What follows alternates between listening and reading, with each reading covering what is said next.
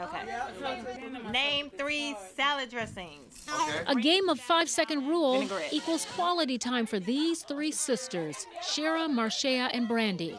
But when they were 11, 9, and 6, an unthinkable act. The car was facing this way. Their mother, Carol Roundtree, shot in the head as she was attempting to get in her car.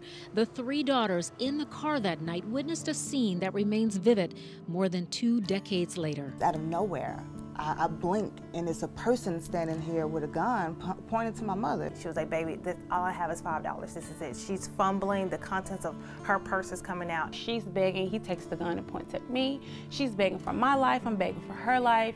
And then all of a sudden, he pulls the gun back on her. And he shoots her. It just like that. She's gone. Her head is now in my lap. The gunman, Wallace Allen, only 17 when he was convicted and sentenced to life without parole. His sentence reduced to 40 years after a U.S. Supreme Court ruling deemed it unconstitutional to sentence minors without a chance of ever being released. After serving 21 years, Allen, now up for parole. July 11, 1997 has left a permanent mark in my life. The daughters, with relatives and friends, devastated. Wallace Allen should be denied. I have witnessed what he is capable of. One by one, taking their fears of his release to the parole board. This is the night that will forever be with us, no matter what we do, no matter what we accomplish, no matter where we go. We reached out to Allen, hoping for an interview and coverage of his parole hearing. Instead, we got a letter from a cellmate.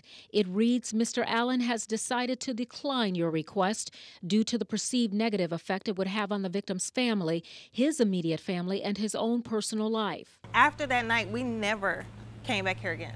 This, the first time the sisters have been back to the home, the parking lot, where their lives changed dramatically. I remember the ambulance and having to sit in the police car. Emotions reveal little sympathy for Allen. At the end of the day, you had a choice in it all. When you could have said no, you said yes.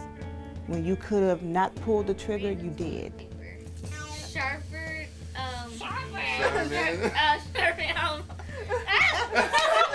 For now, it's about coming to terms with the inevitable. I didn't want to relive this again, so I was like, either way go, I have to accept him being parole denied, but he'll be out.